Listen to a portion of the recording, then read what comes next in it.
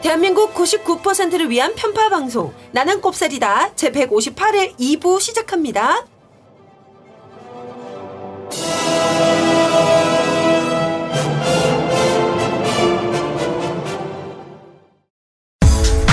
운전자를 위한 꿀팁 7,000원 운전자 보험 카페. 알고 계세요? 교통사고가 나면 형사합의금, 벌금, 변호사 비용 이거 자동차 보험에서는 보장 못해요. 운전자 상해까지도 책임져 드리는 7,000원 운전자 보험 카페. 버스, 택시, 트럭 등 영업용 차량 운전자를 위한 12,500원 운전자 보험 카페도 있습니다. 생활인을 위한 꿀팁. 집 두 채 월 10,000원 화재보험 카페. 화재보험 카페. 화재 배상, 심지어 도난 피해까지. 여기에 더해 가전제품 고장 수리비까지. 우와, 우리 집 말고 부모님 집까지 두 집에 월 10,000원이라고요? 식당, 노래방, 임용실 같은 상가와 숙박업소, 사무실, 공장, 창고, 목조주택까지 모든 업종의 화재보험과 배상 책임보험도 상담해드립니다. 02849-9730 연중 무휴라 언제든 02849-9730. 세계 어떤 나라보다 급변하는 한국의 일자리 구조. 과연 무엇이 바뀌고 무엇이 새롭게 등장할까요? 전 세계 로봇 밀도 1위가 대한민국이라는데 사실일까요? 기업은 커지는데 직원 수는 왜 줄어들고 있을까요? 지금의 아이들은 20년 뒤 어떤 직업을 가지게 될까요? 일자리를 둘러싼 치열한 고민에 대한민국 대표 경제 전문가 선대인이 답합니다. 일의 미래, 무엇이 바뀌고 무엇이 오는가? 선대인 지음, 전국 서점에서 구입하실 수 있습니다. 네, 저는 개구먼 겸 곽현아 수학연구소 곽소장 곽현아고요. 네, 정성훈 대구 카톨릭대학교 경제통상학부 교수님, 그리고 경제학계 토실토실 귀염둥이, 경제학계 토실토실 엉덩이 도날드 덕. 네. 토실토실 이런 말은 대본에 없잖아. 아니 그 귀엽게 이렇게 만들어 주려고. 네, 도날드 덕 싫은가 보네. 베이징 덕 어때? 베이징 덕. 죽을래?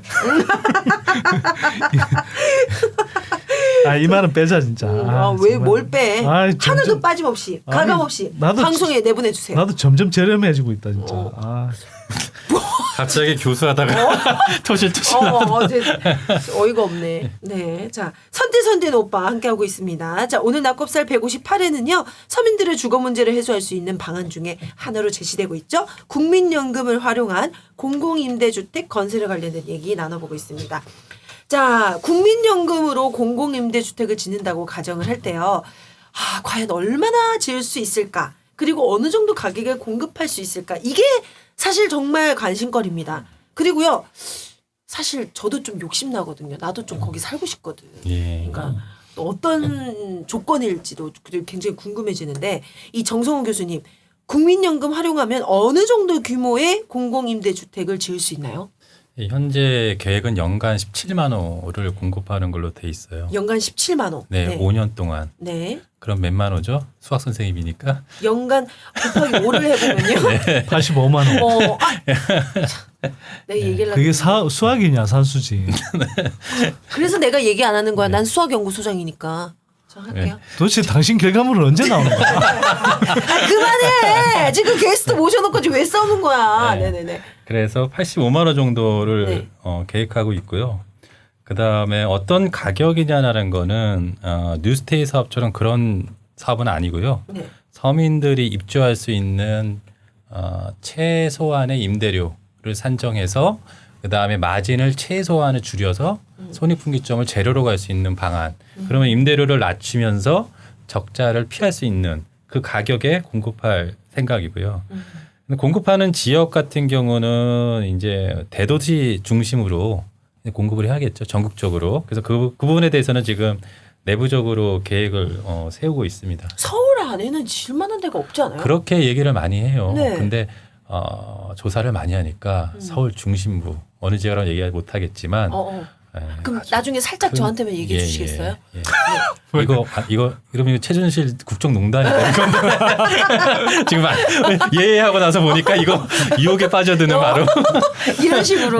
그렇게 되는구나. 선글라스 이게. 머리에 좀 끼고 있을 걸. 제가 그렇구나. 제가 좀 여려가지고 마음이. 그래가지고 긁어봐야겠네 교수님. 그래가지고 안에 있습니다. 자, 일단은 있어요? 부지는 있고요. 없다고도 저도 생각했는데 뭐 LH공사나 뭐 공공기관한테 의뢰를 해보니까 가지고 오더라고요. 충분히 공급할 수 있는 부지를. 예. 그다음에 지방 같은 경우도 도심지 안에 충분히 공급할 수 있는 데가 있죠. 이게 왜 중요하냐면은 또 청년주택이라든가 일반 서민주택도 너무 외곽에 있으면 교통이 불편하잖아요. 그렇죠. 인프라가 없기 때문에. 그래서 도심 속에서도 어떻게 공급할 수 있는 방안 정 안 되면 뭐 서울 내에서는 공급할 수 있는 방안을 지금 많이 연구하고 있고 그 부분에 대해서 어떻게 하면 이제 가격을 임대료를 저렴하게 해야 되는지 그 부분 연구하고 있습니다. 우리나라가 이제 보통 이제 월소득에 비해서 20% 이상 주거비가 지출되고 있거든요. 너무 서민들이요. 많이 나가요. 예, 근데 선진국 OECD 선진국 보면은 이제 그걸 RIR이라고 하는데 이제 주거비 부담 비율을 얘기하는 건데 월소득에 그게 이제 보통 20% 이하인데 우리나라는 사실 지금 20% 이상이죠. 그래서 이거를 낮추는 방안은 뉴스테이는 안 되는 거죠 현재. 그래서 뉴스테이 사업은 사실은 저는 중단을 하고 싶은데 이미 지금 벌려놓은 부지가 있기 때문에 그거를 뭐 돌릴 수는 없고 신규로 하는 거를 이제 중단하는 방안을 강구를 하고 그 대신에 이렇게 국민연금 기금으로 활용한 공공임대주택을 좀 널리 보급을 해야겠죠. 네. 근데요, 아까 그 서울 시내 부지가 있다라고 말씀해 주셨잖아요. 예. 근데 이 공공임대주택 짓는다고 하면은 그 예. 지역 주민들 좀 혹시나 뭐 반대를 한다든지 이런 식의 좀 있을 것 같은데 반발 같은 게 그렇지 않나요? 뭐 그쵸, 그래서 집값 떨어지고 예. 뭐 슬럼화 되는 거 아니냐 이런 얘기도 많이 그래서 하잖아요. 사회적 합의 과정이 되게 중요하고요. 그런 지역도 있고 아니면 이제 그린벨트 지역 같은 경우는 바로 이제 해제하고 토지 보상에서 지을 수가 있기 때문에 그런 부분들은 이제 법적으로 보호를 받거든요. 토지를 매입하는 거에 대해서는. 그래서 그럴 경우에는 이제 빨리 진척이 가능하지만 기존에 있는 부지를 뭐 개발한다거나 뭐 도심지 같은 경우는 이해관계가 복잡하잖아요. 우리 청계천 공급할 때도 그랬고 그거는 이제 빨리 사회적 합의를 통해서 빨리빨리 이게 진도를 나가야죠. 네. 네네. 그러면은 아까 그 일부에서 저희가 좀 살짝 얘기해 주셨던 것 같은데 어떤 식으로 짓게 되는지에 대해서 좀 얘기를 해주신다면요. 뭐 국민연금이 직접 사업하는 거냐 이렇게 생각하시는 그거는 분들 아까 위해서. 말씀드린 네. 것처럼 직접 사업하는 게 절대로 아니고 국가에서 발행하는 채권을 국민연금이 인수하고 국민연금은 꼬박꼬박 월 이자 받고 채권은 이제 3개월에 한 번씩 주거든요. 그러니까 3개월에 한 번씩 이자를 받고 나중에 만기 되면 원금 받고 그러니까 전혀 리스크가 없고 국민연금 걱정 안 해도 된다. 그거는 이제 플러스 알파입니다. 어차피 채권을 매입을 해야 됩니다. 그러니까 뭐 국채를 사면 1.7%의 이자를 받는 걸 우리는 한 1.75에 주겠다. 그럼 수익률이 올라가죠. 그쵸. 수익률 올라가게 되면 운용 수익률이 올라가게 되면은 고갈 시점이 늦춰지게 되겠죠. 그러니까 이거는 수익성과 안정성을 공공성 이 세 가지를 보장하는 그런 모델이기 때문에 모형이기 때문에 전혀 국민 여러분들은 걱정 안 하셔도 되죠. 예. 네네. 근데 그 어느 정도 가격에 공급될 것인지도 참 궁금해지는데요. 근데 이게 싸게 공급을 하면 서민들로서는 주거비 걱정을 덜하면서 저렴하고 좋은 집에 살 수 있으니까 좋긴 한데, 근데 아까 이거는 좀 아니겠네요. 국민연금의 수익률이랑은 상관없겠네요. 상관이 없죠. 상관은 없고 예, 이거, 왜냐하면 예. 국민연금은 그냥 채권을 이렇게 채권 수준이 확정돼 있으니까 그렇다면은 이거는 뭐 저희가 딱히 그런데 이제 국민연금 문제가 걱정 안 고민되는 해도 게 뭐냐면 이제 어떤 식으로 이제 보수 진영에서 공격을 하냐면은 국민연금은 그렇다 치자. 그러면 이게 만약에 적자가 나게 되면 국가 재정으로 메꿔줘야 되거든요. 그렇죠. 그럼 국가 재정은 국민 세금이에요. 그럼 그게 그거 아니냐? 그러니까 왜 그러면 결국에는 국민 세금으로 집을 짓는 거 아니냐? 그러면 그걸로 해서 적자가 나면은 또 경제적으로 성장률이 후퇴되지 않느냐? 뭐 이런 논리로 이제 공격을 하는 부분이 있어요. 그래. 자유한국당에서 나오셨어요? 되게 예. 그쪽 얘기 잘하시는 것 같아요. 아이고 상대방의 논리를 이제 공격을 꿰뚫어보고 해야지 대답을 할 수 있으니까. 역시. 그래서 네. 이게 무조건 뭐 임대주택이라면 아까 우리 선 선생님 말씀하신 것처럼 적자가 나고 뭐 이렇게 적자가 크게 나고 뭐 수익성이 없는 사업이 아닙니다. 아닐 것 같아요. 그래서 이게 네. 그러니까 이렇게 생각하시면 돼요. 지금 민간에서 임대주택을 공급하게 되면 마진을 많이 챙기려고 그러잖아요. 그쵸. 최대한. 그러려면 임대료를 올릴 수밖에 없는 거예요. 그러니까 임대료를 올려야지 마진을 많이 챙길 수밖에 없는 거죠. 근데 공공임대주택은 뭐냐면 임대료를 낮추고 손익분기점을 제로까지 가는 거예요. 그러면 적자요 아니에요? 아니죠. 원래 공공기관은 이익을 많이 착취하면 안 됩니다. 그러니까 민간 기업은 이익의 극대화가 맞아요. 민간 기업은. 근데 공공기관은 이익의 극대화가 아니라 공공의 목적으로 해서 공급을 하는 거예요. 공공의 목적이면 이익 극대화를 해버리면 임대료를 올려야 되잖아요. 그러니까 그런 정책을 피면 안 돼요. 그렇다고 해서 뭐 무작정 적자로 하면 또 이게 재정이 빵꾸가 나기 때문에 적절한 수익성이 있어야 되는 부분이 있는 거죠. 근데 그런 부분을 이제 택지를 찾고 사업 모델링을 해서 또 계획을 다 세우셔야죠. 계획을 세워야죠. 그러니까 그런 부분 예를 들어서 뭐 용적률에 따라서 수익성이 변화가 되죠. 그다음에 이게 땅값이 얼마에 따라서 수익성이 변화가 되죠. 그러니까 이런 것들을 이제 컨디션 조절이라고 하는데 컨디션을 조정을 통해서 충분히 수익성을 맞출 수가 있습니다. 잘 개발을 하게 된다면. 예. 근데 이제 기존의 민간 건설사는 더 이익을 가져가기 많이 가져가기 위해서 임대료를 올리는 거죠. 예, 그런 부분이 있는 거죠. 예. 아하. 그 제가 참고삼아 좀 말씀드리면 제가 몇 년 전에 그 판교 신도시의 그 개발 당시에 그때 그걸 공공임대주택으로 이제 공급을 한다고 하면 국민연금 기금을 투입해서 공공임대주택을 짓는다고 하면 최대 어느 정도까지 임대료를 낮출 수 있는가 봤더니 뭐 이게 평형별로 다르게 할 수 있는데요. 뭐 대략 수익 안 나게 하고 지을 수 있는 게 수익을 안 내고 그냥 이렇게 받을 수 있는 임대료 수준이 한 20만 원, 30만 원 수준이면 돼요.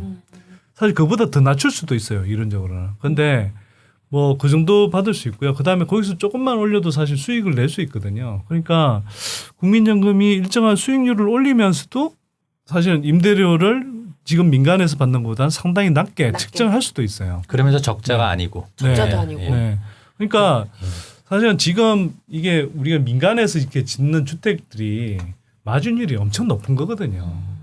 근데 분양이 안 되는 걸 억지로 다 이제 빚내서 사게 하니까 그런 거지. 사실 공공임대주택이라는 건 어쨌거나 지금 다 수요가 있는 거잖아요. 그걸 되게 수익을 일정하게 우리가 조절해가면서 예를 들면 국민연금도 일정하게 좀 수익을 내야겠다라고 하면 좀 낼 수도 있고 아니면 그걸 다 그냥 수익은 내지 않되 사람들이 저렴하게 그러면서도 쾌적한 주거 생활을 누릴 수 있도록 하는 게 중요하다. 그러면 수익 안 남기고 그냥 그걸 다 낮은 임대료로 환원할 수 있는 거죠. 그래서 이거에 대해서도 네. 이제 거짓말하지 마. 거짓말하고 있어 이렇게 얘기를 할 수 있어요. 이제 뭐 보수 진영에서는 적자야 이렇게 얘기하는데 그래서 이제 저도 이제 프로그램을 갖고 있고 수익성을 분석하는 이제 수학자니까 잘 아시겠죠. 왜 웃어? 이상하게 웃네. 기분 나쁘게 웃네. 산수는 잘 못하는 수학자. 수학자니까 잘 아시겠지만 그런 간단한 거. 네. 엑셀로 해가지고 프로그램을 여러 번 돌렸어요. 그 공신력 있는 프로그램을 갖고 다 검증돼서 제가 이 얘기를 말씀을 드리는 거죠. 아, 네네.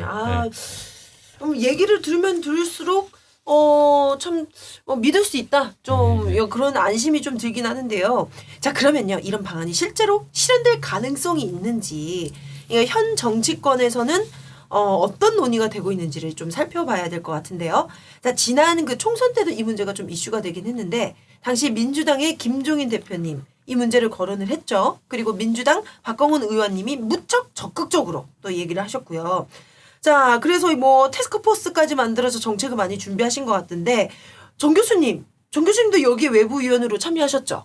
예. 아, 그래서 네네. 이제 5적에 들어가게 됐죠. 여기 5적 나오네요. 김종인. 네, 여기.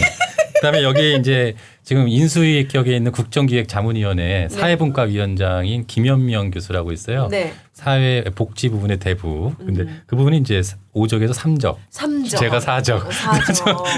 아, 네. 아, 이렇게 차례차례로 이 적들이 있는데. 예. 아유, 그래서 저희 이제 네. 박강원 의원이 이제 국민연금 공공투자 특위를 구성을 해서 그 중에서 이제 외부위원 중에서 저랑 김현명 교수님 둘이서 자청령 우백호 역할을 이제 자청령 우백호에서 일당백으로 이제 자유한국당과 많이 이제 토론을 벌였죠. 아주 멋집니다. 네네. 그래서 이 문재인 대통령의 대선 공약에 국민연금 활용한 공공투자 방안이 들어갔었는데 공약 내용은 어떤 거였는지 좀 간략하게 소개를 해주시면요. 예, 아까 이제 뭐 서두에 말씀드린 것처럼 이 공공투자의 이제 임대주택, 그 임대주택은 아까 그 선 선생님 말씀하신 것처럼 사회적 주택이라든가 협동조합 그런 거에 다 포함된 거예요. 네. 그래서 그런 걸 토탈해서 기숙사까지 다 포함된 거. 그래서 이 임대주택이라고 얘기를 하고 그다음에 이제 보육시설, 그다음에 어린이집, 그러니까 공공을 얘기하는 거고요. 그다음에 요양시설, 그다음에 요양병원 이런 것들이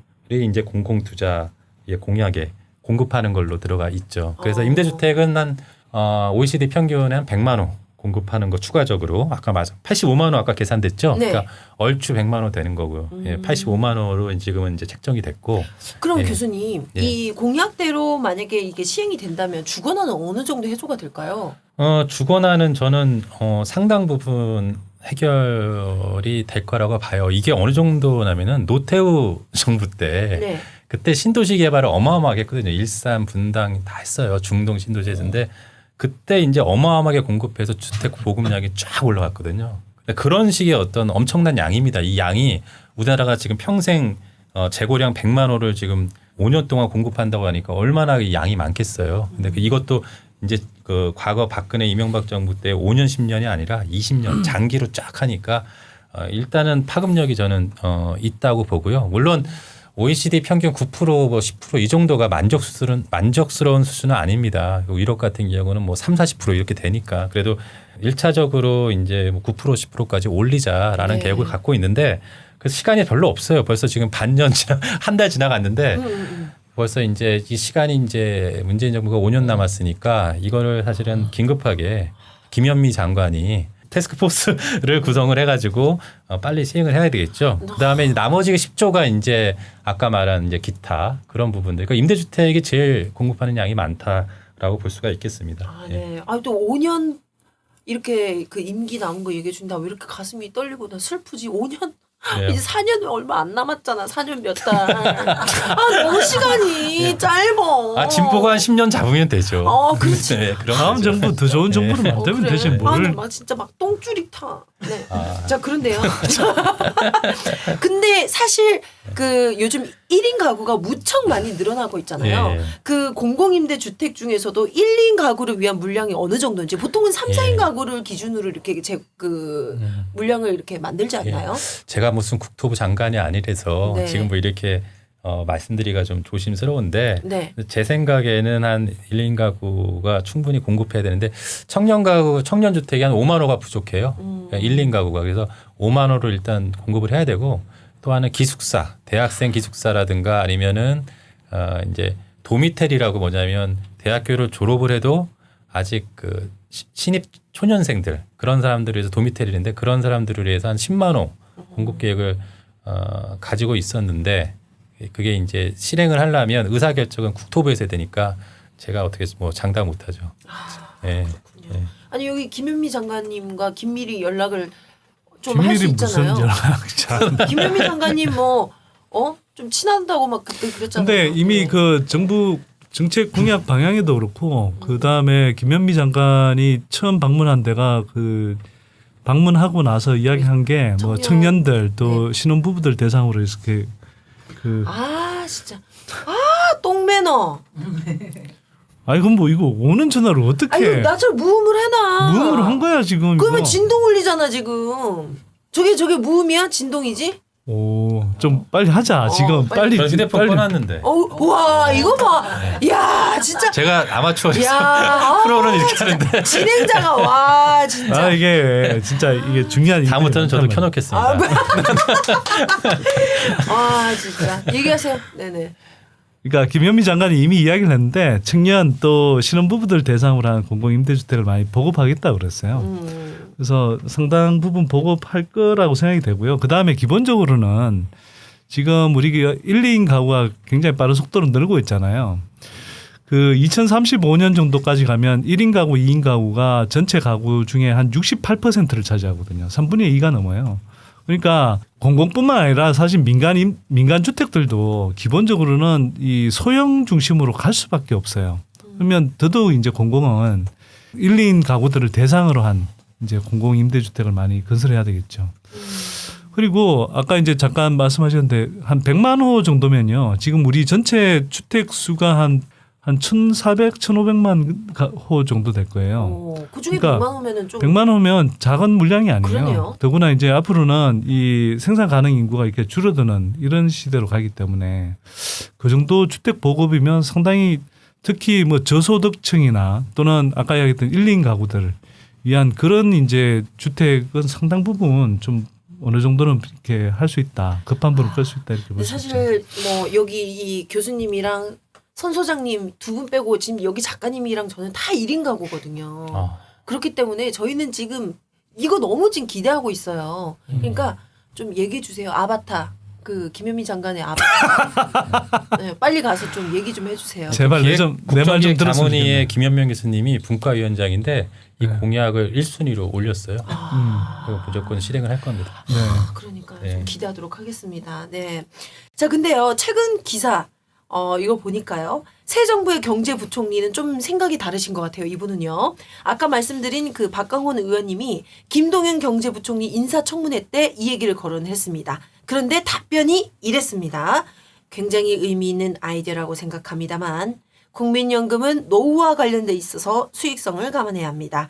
국민연금을 동원해서 할지 방법론을 제쳐놓고 정책을 면밀하게 검토하면 어떨까 생각합니다. 근데 이렇게 말씀하신 거 보면은 이 박근혜 정부 때 그 유일호 경제부총리가 수익률이 보장되지 않아서 연금 재정 건전성이 악화될 수 있다라는 논리로 반대를 했는데 여기 연장선상에 있는 게 아닌가라는 좀 우려가 드는데. 그러니까 김동연 경제부총리가 사실은 잘 내막을 모르잖아요. 인사청문회 때 막 질문이 막 여러 가지 그렇지, 들어오는데 여러 가지 나오니까. 국민연금은 이 공공투자에 대해서 잘 모르잖아요. 모르니까 또 이제 이 수익성을 감안해야 된다 이런 말이 나올 수가 있는 거죠. 근데 좀 내막을 잘 알게 되면 이 방송을 듣게 되면 네. 바로 그렇구나라고 이제. 그러면 좀 예. 저희 방송 좀 예. 듣게 좀 해주세요. 근데 워낙 바쁘셔가지고 이분이. 네. 그런 것도 있고 기본적으로 이제 그 관료들의 기본적인 마인드라고 생각하면 돼요. 근데 이분들 어쨌거나 관료 출신이잖아요. 네네. 근데 어쨌거나 이게 이 문재인 정부의 중요한 국정 과제로 추진을 하게 되면 뭐 기획재정부 장관이라 하더라도 여기에 사실은 네. 어느 정도 따라와야 되는 거죠. 이거는 네. 문재인 대통령이 선거 때 아주 강하게 얘기했고 약속하셨던 부분이라. 국정기획자문회도 있고 그래서 추진할 가능성이 높습니다. 그다음에 국민연금과 관련해서는 기본적으로 주무부처가 이게 국민연금이 사실 보건복지부 산하예요. 네. 그리고 어쨌거나 이런 사업 자체를 추진을 하는 것과 관련해서 뭐 어쨌든 주택 사업이기 때문에 또 국토교통부 쪽이 이제 또 중요할 것 같고요.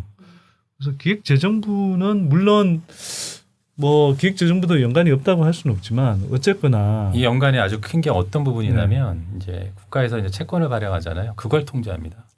물론 그런 부분을 그걸 막아버리면 네. 사업이 안 되는 거예요. 그러네. 예, 근데 뭐 결정적이죠. 이제 예. 제가 드릴 말씀은 예. 이제 이게 문재인 정부 문재인 대통령의 핵심 사업으로 추진을 하게 되면 기획재정부 장관이 뭐 그런 식으로 이렇게 목리를 부리기는 힘들죠. 네.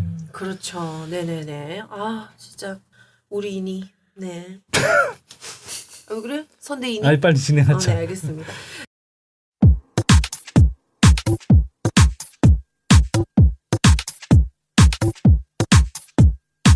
지금 여러분께서는 대한민국 99%를 위한 편파 방송 나는 꼽사리다와 함께하고 계십니다. 팟캐스트 포털 팟빵에서 나는 꼽사리다 시즌3 채널로 만나세요.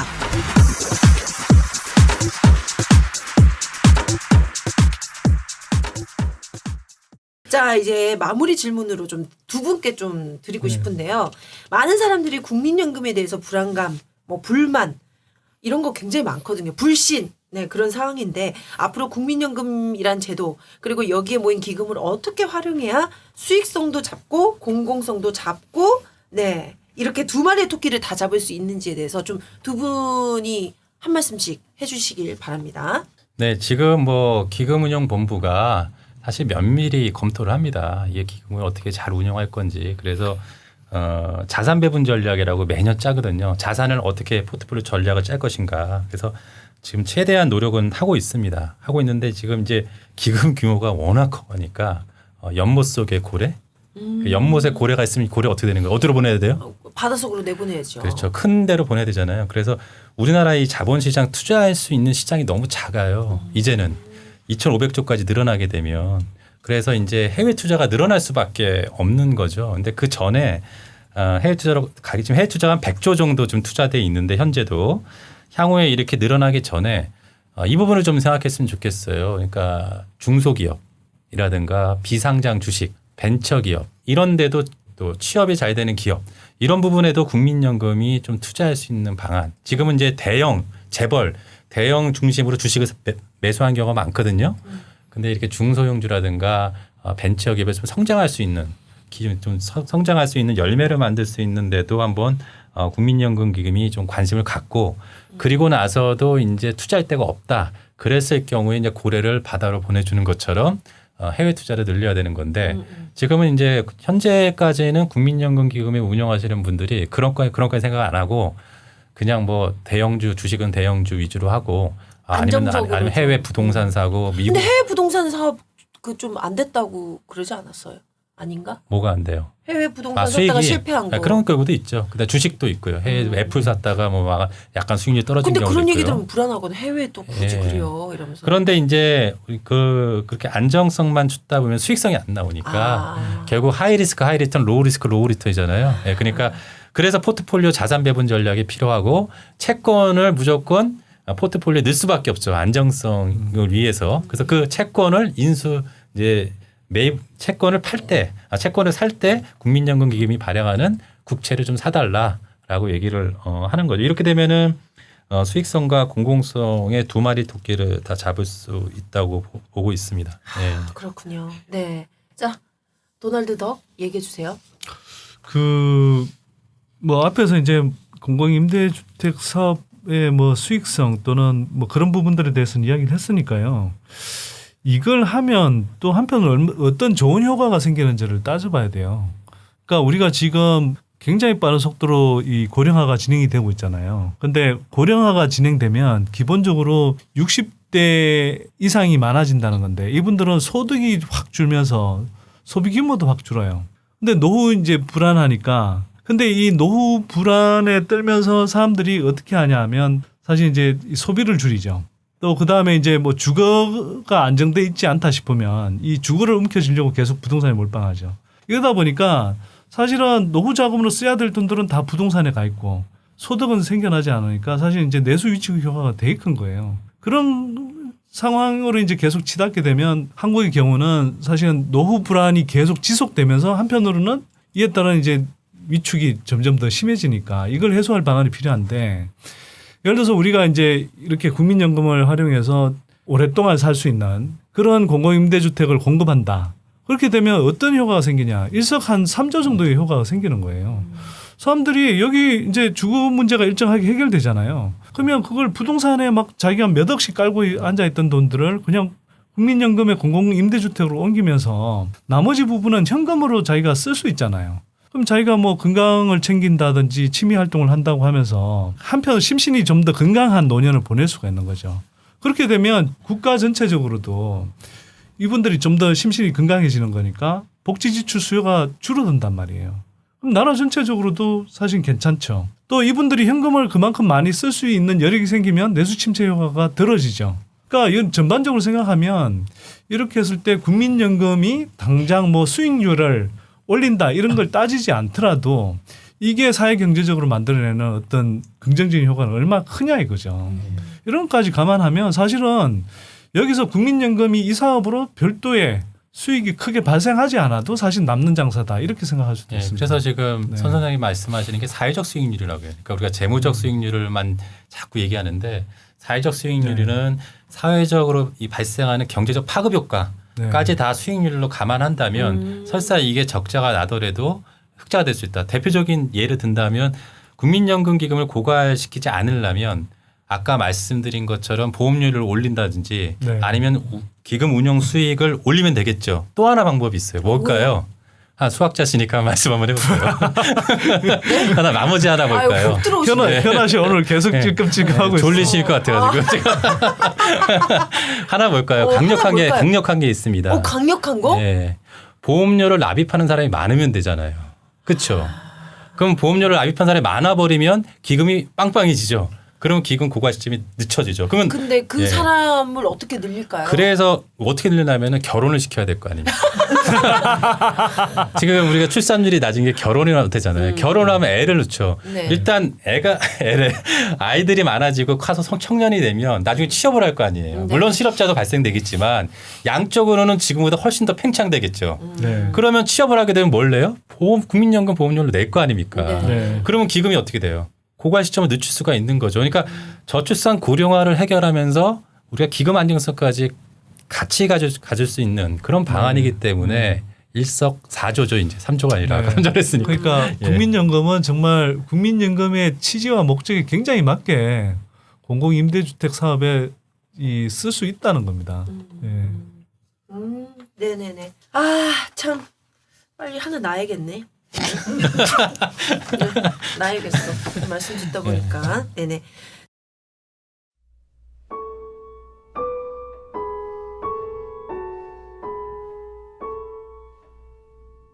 이 2학년 9반 정답인 엄마 김광희입니다.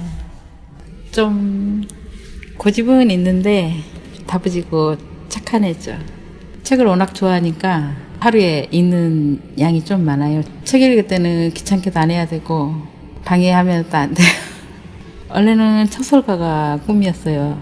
제가 다빈이 유품 정리할 때 보니까는 만화 같은 걸 많이 그렸더라고요. 웹툰 이렇게 해가지고 소설 같은 것도 많이 좀 써놓고 했더라고요. 근데 이제 그때는 이렇게 정리하면서 그냥 그걸 다 정리해버려서 조금 많이 아쉬워요. 지금 생각해보면은. 그러니까 그 시청에서 날짜 안에 해야 된다고 자꾸 그래가지고 그때 너무 성급하게 했던 것 같아요. 좀 놔둘 걸 하는 그런 마음도 들고. 보니까 이제 수첩에 소설 써놓은 거 딱 그거 하나 있더라고요. 이제 엄마 아빠 직장 다니고 그러니까 또 학교 끝나고 오면은 마트 가서 유부초밥 그런 거 사다가 집에서 지가 다 만들어 놓고, 그리고 원래 이제 볶음밥도 잘하고 라면 같은 것도 오히려 제일 맛있게 잘 끓여주고 그랬어요. 우리 교회 갔다 오면은 교회에서 밥 안 먹고 온 날은 항상 얘가 집에 오면 라면을 끓여줘요. 라면은 제일 맛있게 잘 끓여요. 우리 가족 중에서. 고등학교 가서 이제 꿈이 제과제빵 하는 게 꿈이었거든요. 그래서 이제 수학여행 갔다 오면은 학원을 보내달라 그러더라고요. 그래서 공부도 해야 되는데 그거 할 시간이 어딨어 그랬더니 공부도 열심히 할 거래요. 그러면 수학여행 갔다 오면 한번 생각해보자 이제 그러고 이제 기쁜 마음으로 갔던 게 수학여행이에요. 4월 16일 날 제가 현장에 들어가기 전에 한 8시 15분쯤에 제가 전화를 했거든요. 애한테. 근데 그날 전화를 안 받더라고요. 우리가 20분 되면 이제 현장을 들어가요. 근데 현장에는 전화기를 우리가 못 들고 가게 돼 있거든요. 그래서 아침에 그때 목소리를 한 번 들었으면 조금 좋았을 텐데 너무 아쉬워요. 그러니까 제일 소망하는 것은 그래요. 어른도 물론 있지만은 우리 아이의 친구고 자식 같잖아요. 그러니까 애들이 좀 나았으면 좋겠어요. 목포 가서 보는데 얼굴을 진짜 못 보겠더라고요. 너무 괜히 미안한 거 있죠. 개인적으로 또 현철이 엄마는 우리 아이 큰애가 저기 대학 다닐 때 그 알바를 했는데 거기 이제 현철이 엄마가 거기 일을 다니더라고요. 직장으로. 우리도 진도 처음 내려갔을 때 현철이 엄마하고 딱 마주친 거예요. 거기서. 그러니까 우리 큰애가 맨날 그래요. 현철이도 빨리 나왔으면 좋겠다고. 이제 지금 정권이 이제 바뀌었잖아요. 그 이전의 정권은 진짜 너무 소통이 안 되고 그랬잖아요. 너무 한마디로 말하면 너무 독선적이고. 근데 이제 정권도 바뀌고 했으니까 또 촛불 들 때도 대통령도 같이, 그때는 이제 대통령이 아니고 후보자였지만 그래도 열심히 같이 했잖아요. 그래서 저는 좋은 결과가 있으리라고 믿어요. 함께 촛불도 같이 하고 우리 고통을 또 많이 알잖아요. 빠른 시간 내에 이게 조금 해결이 잘 됐으면 하고 진상규명도 어느 정도 잘 돼가지고 우리 아이들 안전공원이 빨리 돼가지고 한 곳에 좀 다 모일 수도 있고 그랬으면 좋겠고 되리라고 믿어요 저는. 조금은 다들 이해하겠죠. 다 똑같은 자식을 키우는 입장에서. 그러니까 우리만의 일이 아니잖아요 이것은.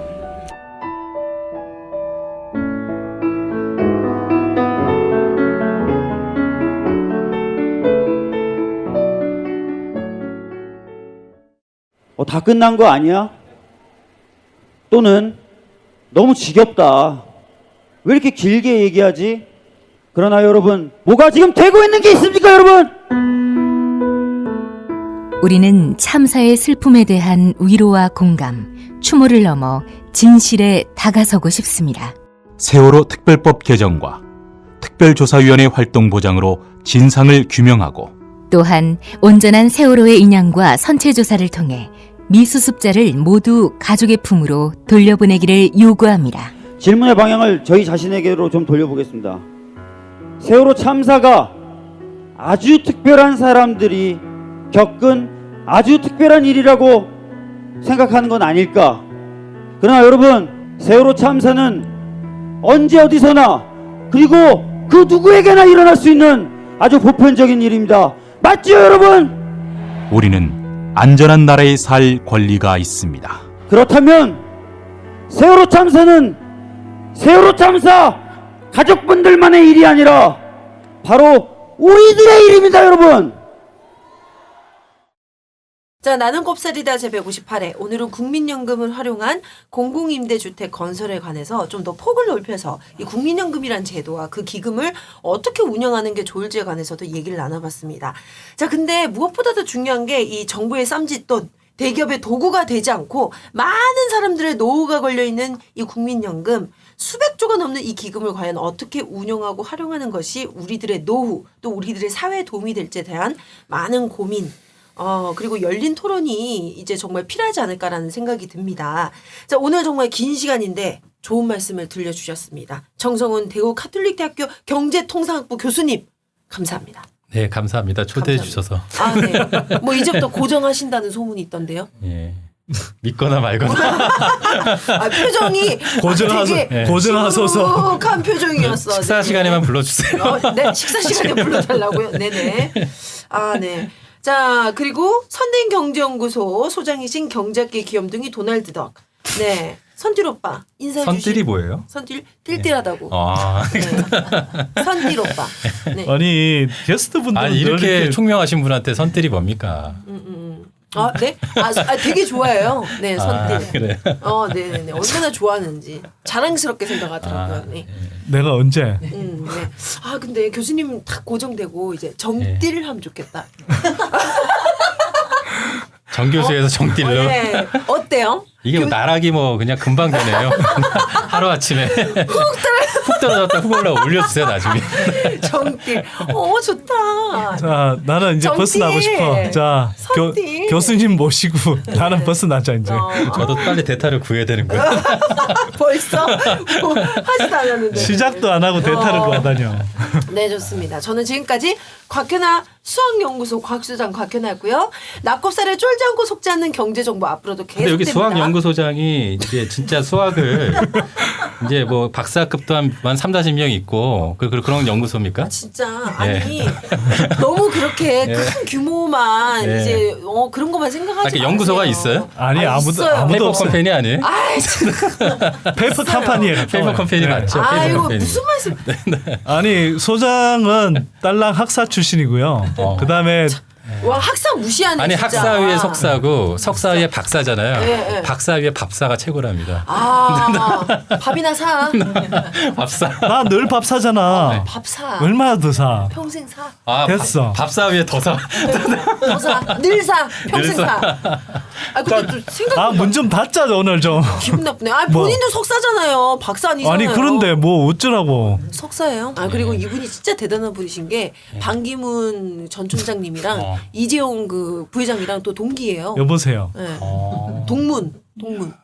그러니까. 그럼 오늘- 반기문 캠프에 계셨어야 되는데. 그러니까. 오늘 클로징 좀 하자. 예, 야, 알겠어요. 클로징 너무 힘들다. 나 지금 연구소에서 아, 계속 클로징한 거 아니에요 지금? 클로징. 교수님 하는데. 좀 자중하세요. 나 지금 연구소에서 연락 오고 나 지금 난리나. 네네네. 여러분. 아, 클로징 되고 지금 끝난 거 아니에요? 아니에요? 아니에요. 그럼 편집해 주세요. 편집 못할 것 같아요. 네. 네. 끝난 줄 여러분. 알았는데. 네. 다음 방송 때 만나요. 안녕. 와.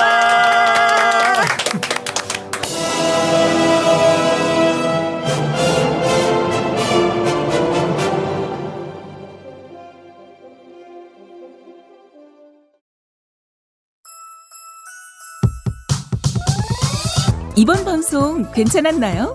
작별의 여운 이렇게 표시해 주세요.